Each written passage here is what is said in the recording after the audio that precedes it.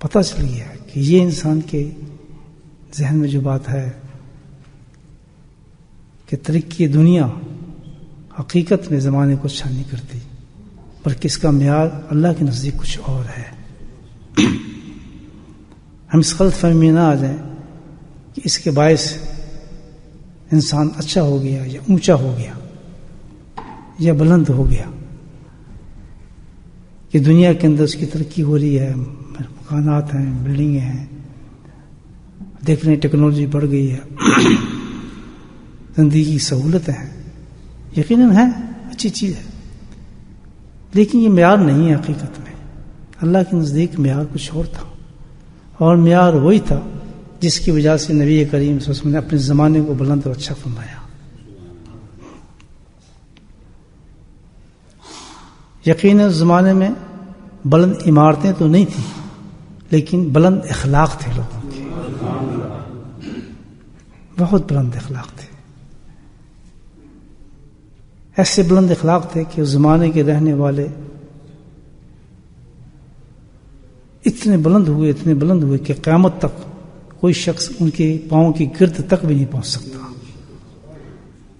تو کوئی عبادت بھی نہیں ایسی نہیں تھی جس کو سے بلند ہوئے، یہ بتا دیں، یہ اللہ کے نبی نے فرمایا کہ جو عروج یہ ملا میرے زمانے میں، انسانوں کو جو عروج ملا، جو لوگ اتنے اونچے بلند ہوئے، وہ کس عبادت کی وجہ سے بلند ہوئے، کس وجہ سے عروج ملا، کس وجہ سے اللہ سبحانہ تعالیٰ نے ان کو پسند فرمایا، ان سے راضی ہوا۔ اس کی وجہ صرف ایک تھی کہ ان کے اخلاق بہت بلند ہو گئے تھے، اخلاق بلند تھے۔ بات کس سے بنے گی؟ اب سنیں، ابن جنید عبداللہ فرماتا ہے کہ روز حشر میں وہ لوگ اللہ کی رحمت سے محروم ہوں گے، بالکل محروم ہوں گے۔ بتائیں، مارا گیا نا آدمی، اب ہم نے اس چیز سے نکالنا ہے اپنے آپ کو، اس لیے بتا رہا ہوں ان لوگوں میں ہم شامل نہ ہوں آخرت میں۔ اللہ اکبر، کہ جو اللہ کی رحمت سے محروم ہو جائے اس کا تو بیڑا ہی غرق نا، ختم پاک ہے ہی کچھ نہیں اس کی، نہ عبادت کو۔ میں نے پہلے ہی عرض کیا آپ کے سامنے، کام کس سے بنے گا؟ رحمت سے۔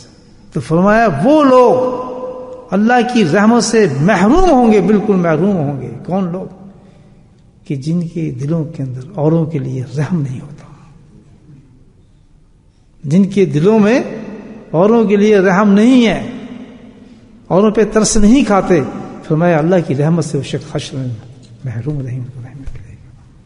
یہ کیا چیز ہے؟ یہ اخلاقیات ہے جس کا اللہ کے نبی نے فرمایا کہ بدترین زمانے کی نشانی یہ ہے کہ اس میں انسانوں کے اخلاق بدل چکے ہوں گے، کہ کسی انسان کا تو نے حق نہ مارا ہو، کسی کا دل نہ دکھایا ہو، کسی کے ساتھ بدرحمی نہ کی ہو، تو نے کسی کے ساتھ ظلم نہ تو نے کیا ہو، اور پورے معاشرے کو اللہ تعالیٰ نے ایسا جگڑ دیا ایک دوسرے کے ساتھ، حقوقوں کے ساتھ، کہ ہر وقت ہمارے پہ کسی نہ کسی انسان کا حق موجود ہوتا ہے یا نہیں؟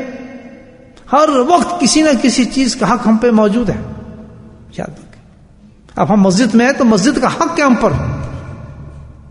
یاد رکھیں، وضو کرنے گے تو وضو کرنے کا بھی حق کیا ہم پر، کہ پانی ہم کتنا خرچ کریں، اس کو استعمال کیسے ہیں، کہ ہمارا پانی نہیں ہے تو اللہ کا گھر ہے، ہم اپنے گھر میں گئے، گھر ہمارا ہے، لیکن اس گھر پہ بھی ہمارا حق ہے کہ ہم اس کو استعمال کیسے کریں، ہے یا نہیں ہے؟